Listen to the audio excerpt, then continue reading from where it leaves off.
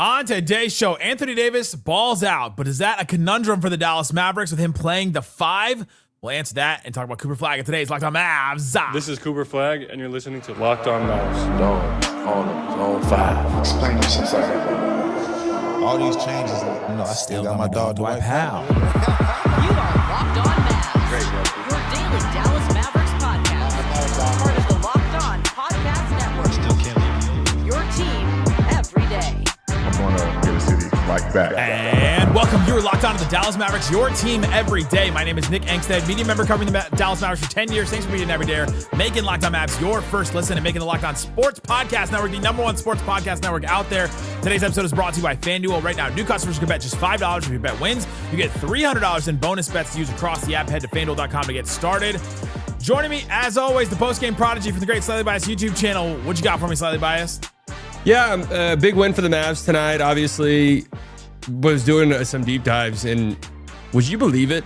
No team, I couldn't believe this. No team has made it to the conference finals after starting the preseason 1 and 2 in the last 15 years.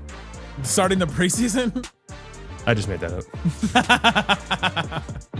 Only the best stats here at Locked On Mavs. Just wanted to add some importance to the game. That's like those NFL teams when they're like, if they start 0-2, there's no way they can go to the Super Bowl. Well, my favorite was one a couple years ago when the Mavs were in Dubai, and it was like, no team has ever gone over there. And Abu Dhabi, or wherever it was. And then the Mavs did. It was Abu Dhabi. But yeah, and then the Mavs did. And apparently the Mavs are going to China next year, so maybe that will bode well for them, making it back. It's like, don't only 2 teams go? I mean, your odds are already pretty low. Yeah. And like you usually send like the Nets too. So it's just like you've already just cut it in half. Today we're going to talk about Naji Marshall, the knife cutting through the defense. We saw some good stuff from him, and I think he's super important for this team. We'll talk about why. We'll talk about Cooper Flagg's consistency. He started the game at point guard. He it felt like the Magic Johnson. Started at center, played forward and guard. So we'll talk about Cooper Flagg and his consistency. Well, let's start with Anthony Davis, because Anthony Davis is obviously great. This is a game where you just see, all right, this is a top 10 player, definitely top 15 player in the NBA. We talked about it yesterday, that it was an overreaction, that people were like, Anthony Davis, just move on from him, just trade him for a good guard. The Mavs will be fine. Yeah, maybe, but he's still the best player on this team. The Mavs are still building this team around him. It was against the Jazz. It was against Nurkic and Larry Markin and Kyle Filipowski, but Anthony Davis went out there 25 points in under 25 minutes and had some good defensive plays as well. Got his shots when he needed to. We saw where his offense can come from. And you just saw from Anthony Davis that it works. Now, the thing about it working with Anthony Davis, Dereck Lively only played 7 minutes in this game. And we'll talk about him in a second. We got an update on him. And then Dwight Powell played, some Dwight Powell minutes. He played about 19 minutes. And we saw some of Dwight Powell and Anthony Davis together, but a lot of Anthony Davis's run and a lot of his successful run in this game was him playing the 5, him playing the center. And this is something we talked about all offseason, is that the Mavs want to go these 2 bigs with Lively and Gafford next to Anthony Davis. But sometimes the Mavericks' best lineup is going to be Anthony Davis at the 5, and they're going to have to go to it. They're going to have to use this at some point. And I think that, I don't know how often it's going to be, but there's going to be teams like this where you just go, all right, maybe like Lively and Gafford are getting 10, 15 minutes each. And I just think that's something the Mavs are going to have to live with. And I hope that Jason Kidd is ready to massage the egos or figure out how to interpersonally work this together, because that's going to have to happen. You just saw it in a game like this. Yeah, I mean, it's a big reason why my stance on this has been the entire offseason. Let me see how it plays out in a game. And more than that, let me see how it plays out closing time and closing minutes. You don't get that in preseason, right? You don't. No. You get these games where how did they close out the last 4 minutes of the 4 minutes before the third quarter was over? Yeah, I mean, that's what you have to They have a very tight structure. Hey, you're gonna play X amount of minutes tonight. That's what we're gonna do. Let me see how it looks over the first few weeks. Close game down the stretch. How committed they truthfully are to double big. That will tell us a lot. And it's probably going to be matchup dependent. But, I am more, I wouldn't say bullish, but I believe that AD could work at the 4 more than some other people. He had a horrible game a couple nights ago. It's going to happen. He's not in the Jokic tier where it's this guy never has a bad game. It's there'll be some games that are pretty frustrating from time to time, right? But, he's a really good player. When he's at the 5, the Mavs can still play so big with PJ and with Cooper Flagg out on the floor. And I did think it was interesting that they didn't, if Lively had a minute restriction or whatever it was tonight, they didn't say, all right, we're so committed to AD playing the forward that we'll put Dwight Powell out there with you. I think there was a few minutes where those two shared the floor together. Yeah, it was a few minutes, but it wasn't like they were like, we're so committed to you playing the 4 AD that like we'll even have Dwight Powell out there in minutes if Lively's not going to play a bunch. So yeah, and the reality is these three guys, AD, Lively, and to a lesser extent Gafford. Gafford's been pretty healthy throughout his career, but those three guys have all had their injury woes, and there will be times where not all three of them are available for a game. And you will see a good amount of AD 5 minutes. So, and not a lot of double big minutes. So I just think it's a little overblown, some of the reactions, only because they could say, yeah, we're going to commit to going double big. We're going to play AD at the 4. We don't know what that fully looks like until we see it in closing time. That's when we will know how committed they are to it.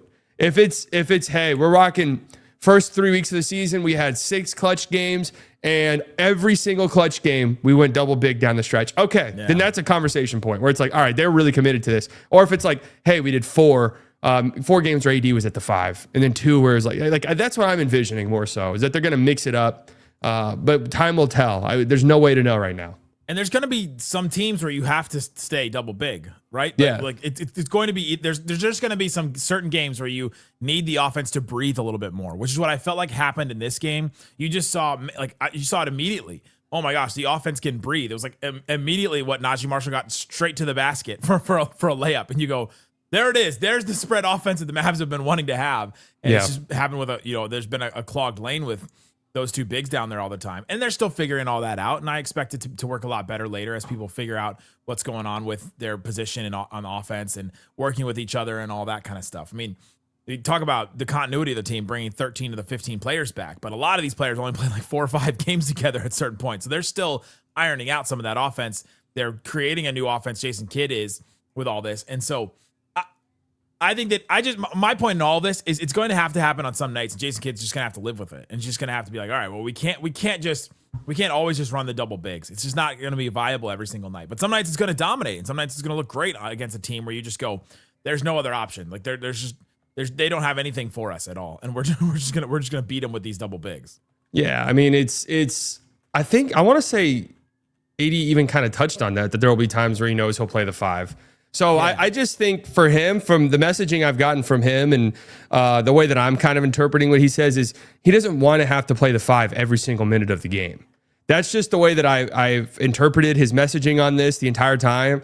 And he won't have to do that with the Mavs. And there will be times where it looks good and it works. And there might be, like we've said this all summer, there will be certain matchups where it doesn't work. And they have the versatility to pull the plug on that. And it's not like, AD's an established NBA guy. You're closing games with him, obviously.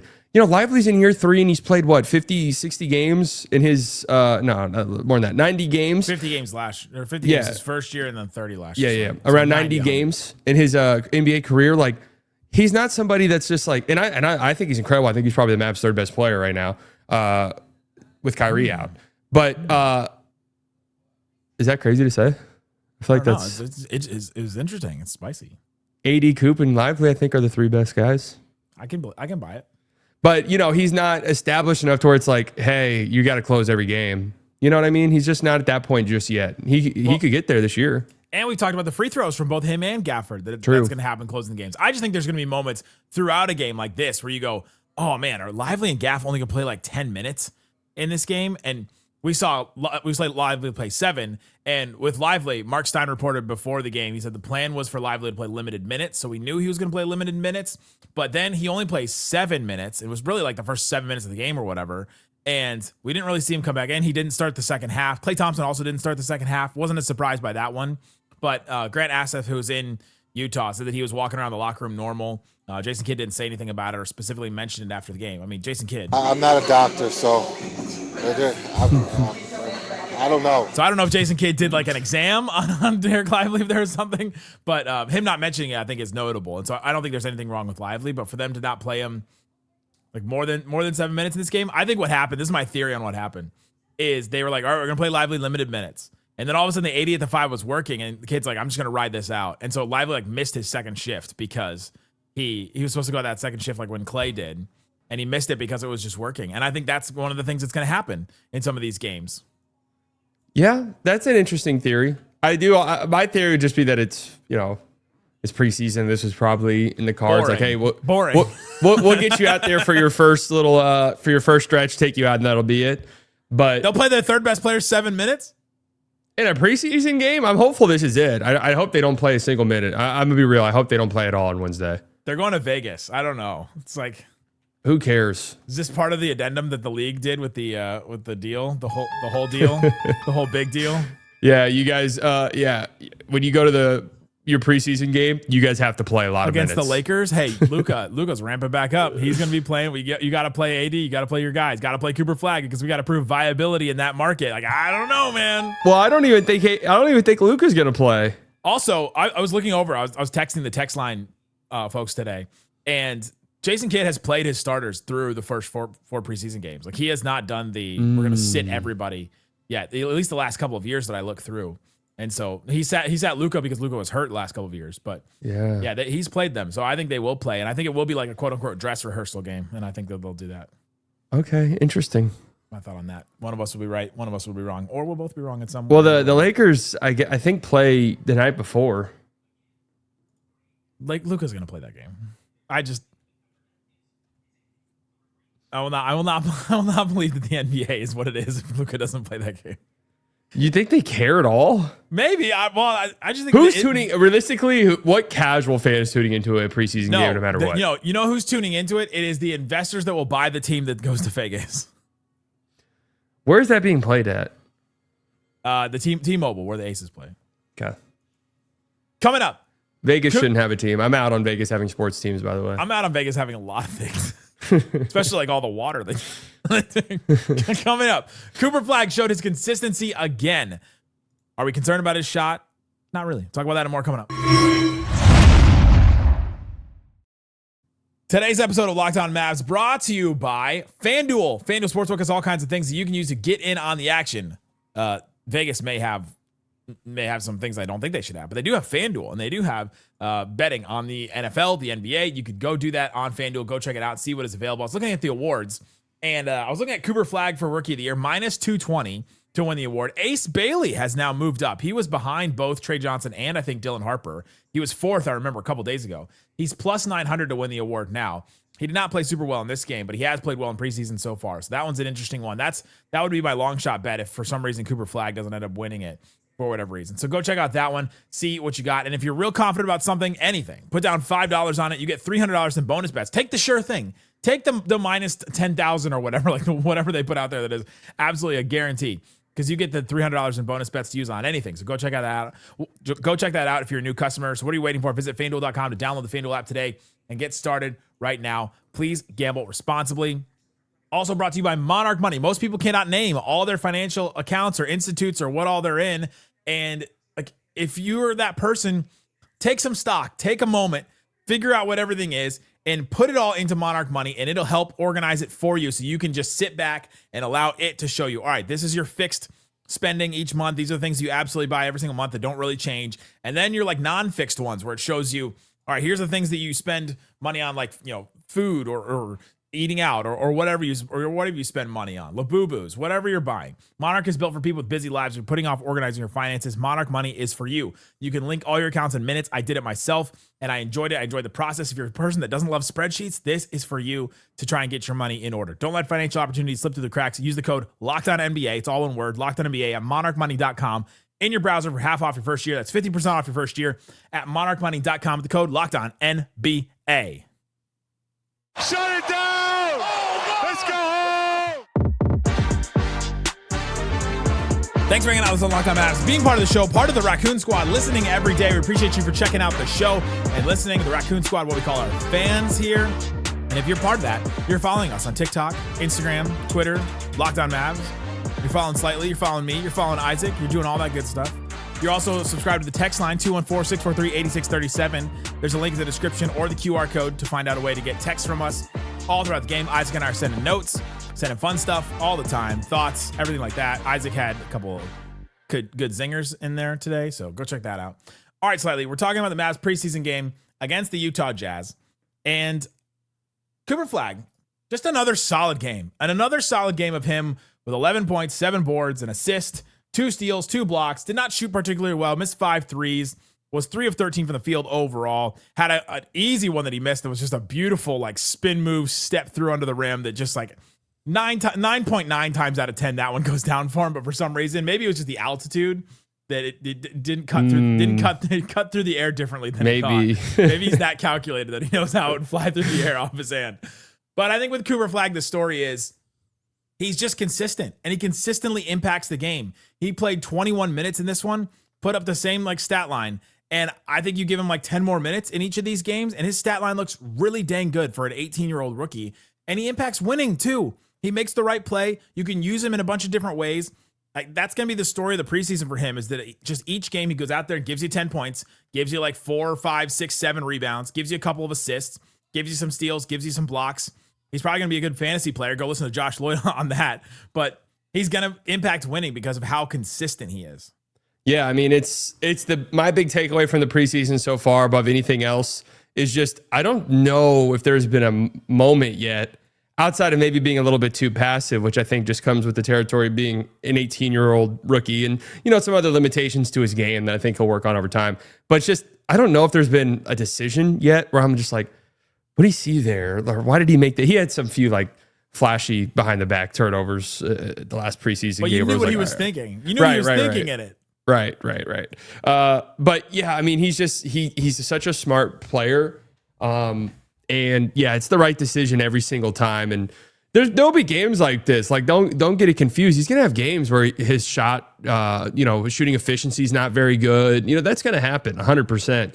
But the one thing that really sticks out to me doesn't happen 100%. Yeah, I'm just saying it will happen though. And I don't want there to be huge freakouts when it does happen because he's an 18-year-old rookie.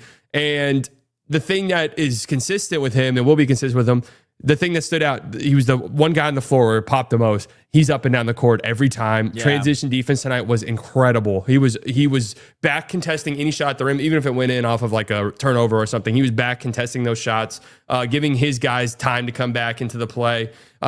He had a great block that I loved, whereas Keontae George coming off a dribble handoff, he kind of gets lost in the screen, but he's got that athleticism. He's got that size. He recovers and blocks the layup attempt. I mean, these are all plays that are just like, really great. I thought he was awesome tonight. I thought it was one of his best defensive performances we've seen in the preseason so far. And it's just the motor and all of this stuff, even in bad shooting games, it all just sticks out. So it's so apparent he's such a winning basketball player. So yeah, I mean, I'm super excited for him.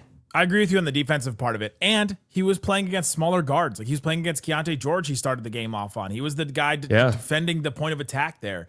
And I think that is notable because that was another thing that we've been wanting to see all offseason.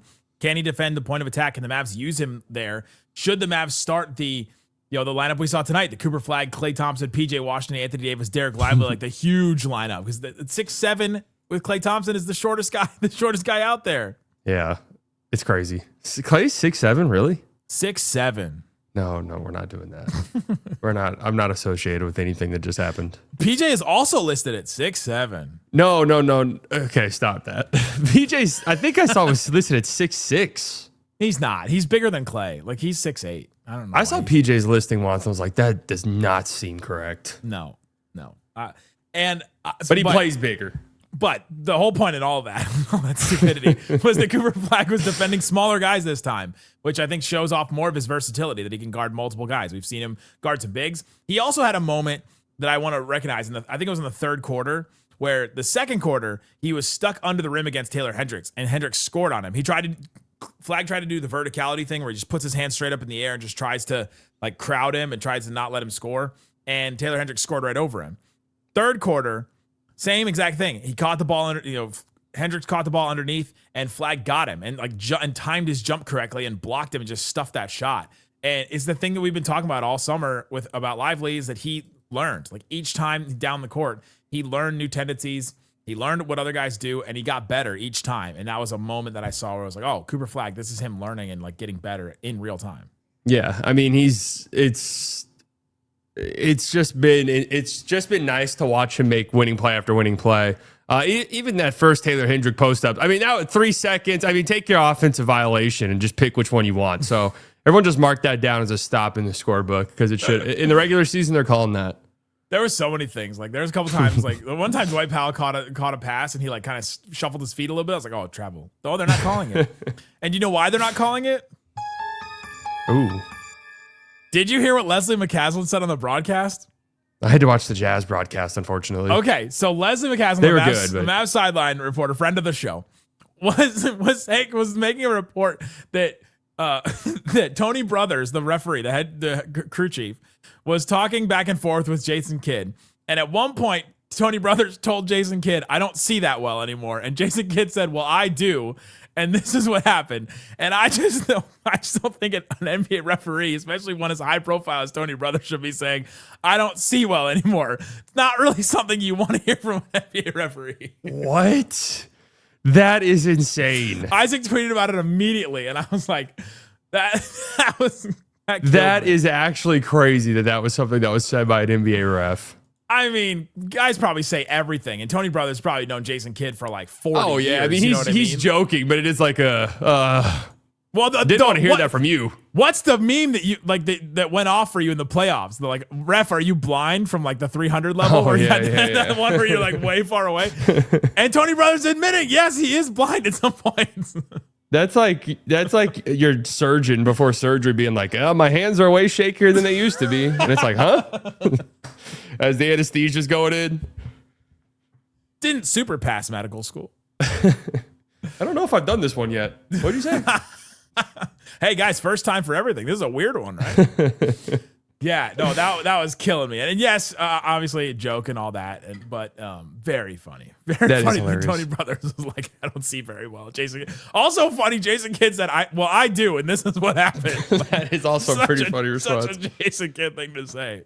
Kidd is a funny guy, man. Just like you guys. He has the dry humor that like, people just don't get, and it's one of the reasons why like his drops are so much funnier than anybody else's drops. Even funnier than like Carlisle never had drops the way that he did. Like this, I have to apologize that you felt that he should have played more. This was from like, I don't know, 4 years ago, where I thought Reggie Bullock should have played more. After the first 2 games, he only played 17 minutes each game. And you were right about that. I was correct. He ended up like leading the team in minutes, basically.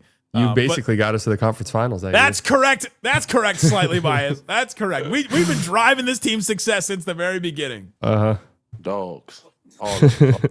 Coming up, Naji Marshall played a big role in this game, and he was awesome. He will be very important for this Mavericks team for one reason. I'll tell you what that is coming up. Today's episode of Locked On Mavs brought to you by Peloton. Peloton has you covered because you are somebody maybe that is like, I want to start working out, or I've been working out in one way and it just doesn't really feel like it's working for me.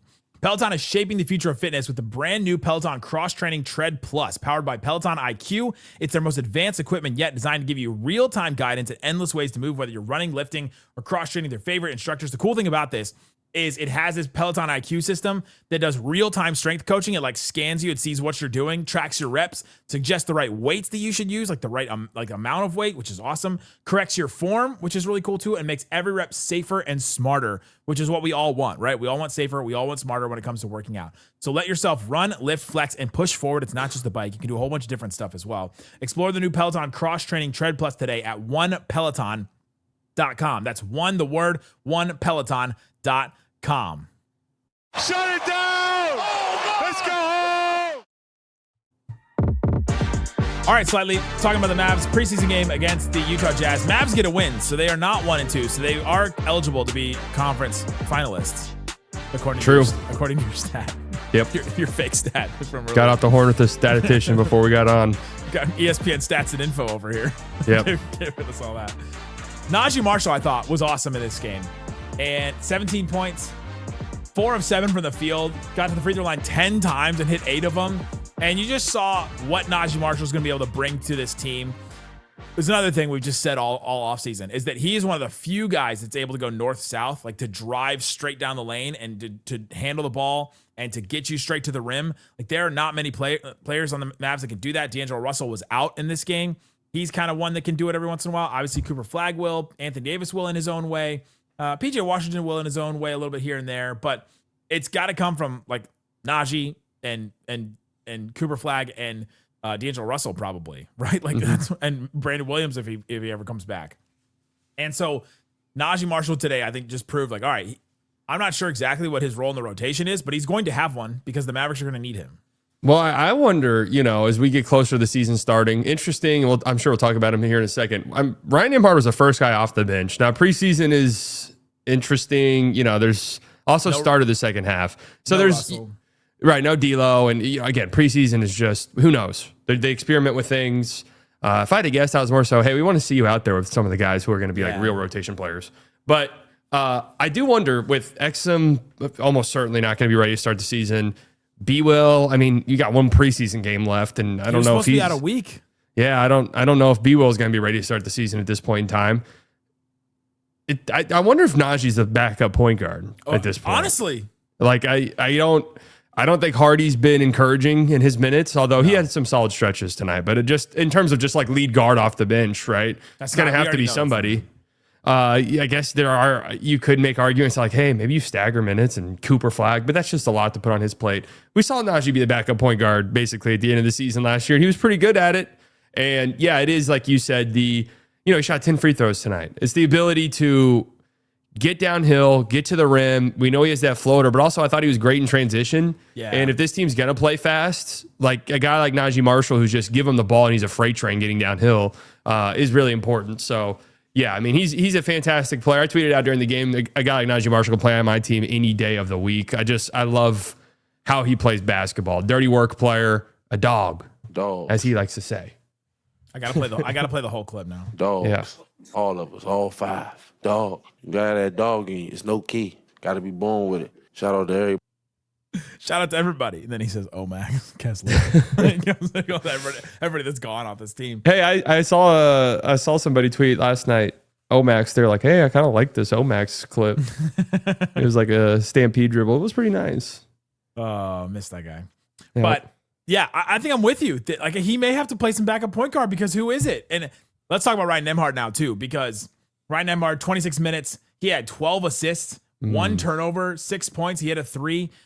Looked great on offense. Like looked like the passer that you wanted to be. His vision is excellent. Like you just see it from him in that. And then on the other end, he just gets bully balled so easy, like by guards, like by smaller guards too. And like that's just the dichotomy of Ryan Nembhard. And one of the reasons why a guy like him goes undrafted is just how do you use him? And if he's going to get beat like that, you've got to have really good help defense in order to help a guy like that. JJ Barea, like a lot of people bring up him when they talk about Ryan Nembhard, played in a different era of basketball than like he played like 15 years ago. You know what I mean? Yeah. Like that was his era of basketball and he was really effective. It's just very different now.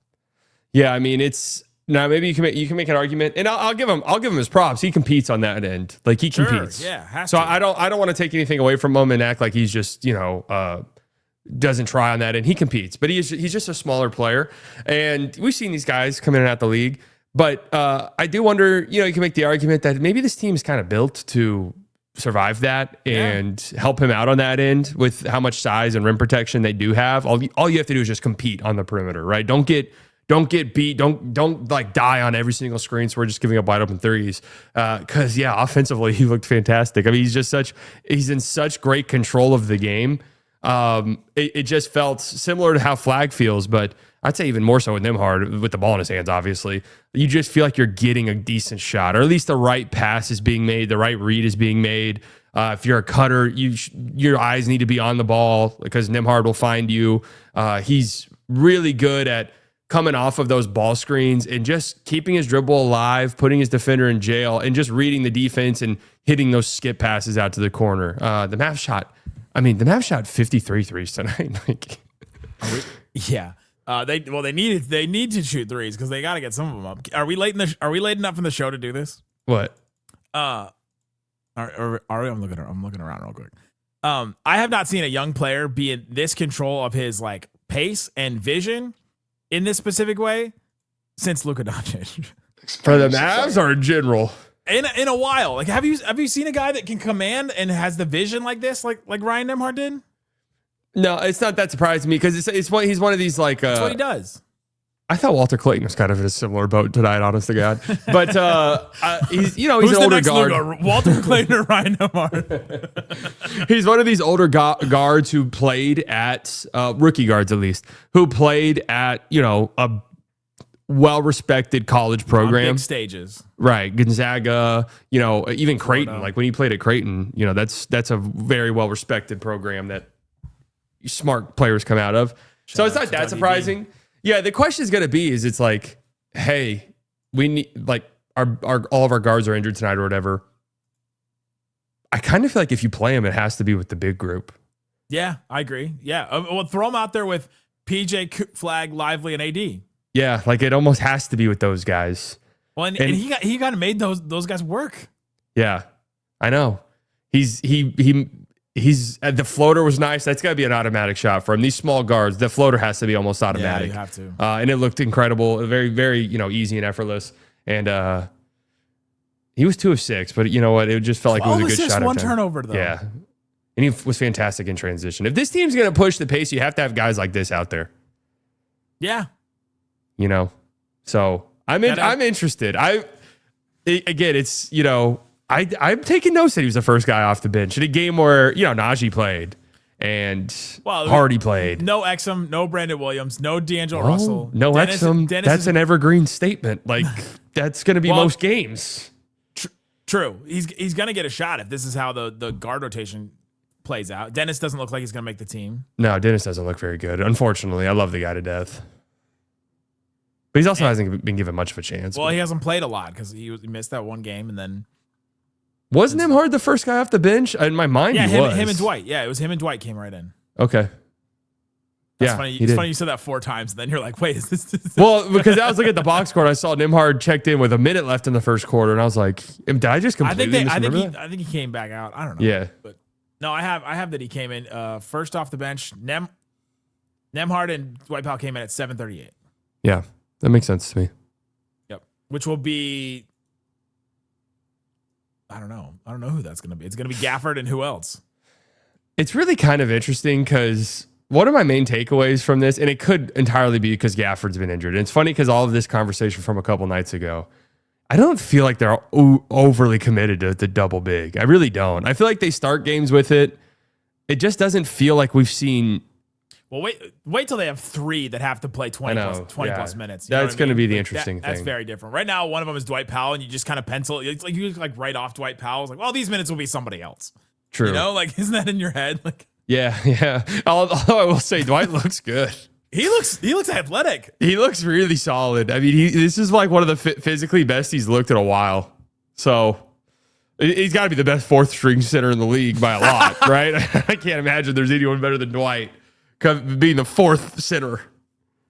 5th if you want to count AD as a 5. Wait, who is the other one? D-Live? Oh, yeah. I guess I was already counting him. Counting AD. Honestly, he's probably the best 3rd string center. Is Musa Cisse in there?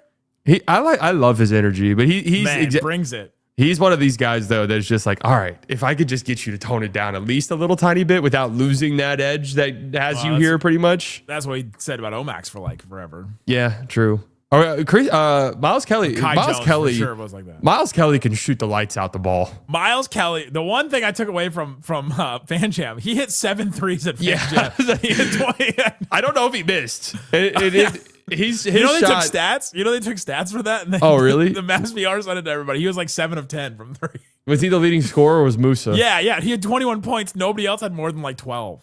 Yeah, I mean, you could just tell the way he shoots the ball. It's like this guy's a shooter for sure. So, I'm interested. I doubt we'll see much of him at all over the course of the season, but I also said this about every 2-way guy last year, and they all played the absolute max they could play.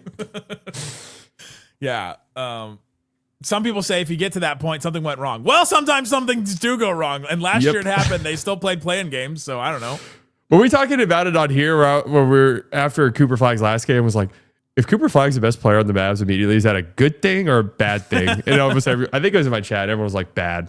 And I was like, I think it says a lot about Anthony Davis, but yeah, I was about to say, I think it wouldn't be very good. Unless or it could just be like, hey, this guy's top. Hey, Cooper Flagg's the 7th best player in the league right now. I doubt that happens. That'd be insane. That would be great. Tomorrow we'll talk about what Cooper Flagg has to be if he's 7th best player in the NBA. No, but we'll break down more things on the Dallas Mavericks. Come back tomorrow. Go check out Slightly Biased' great stream. Guys, we have all kinds of stuff. Check the QR code, links in the description to find the show. Thanks so much for listening to Locked On Mavs. Peace out. Boom. Common use of Nurkic, L.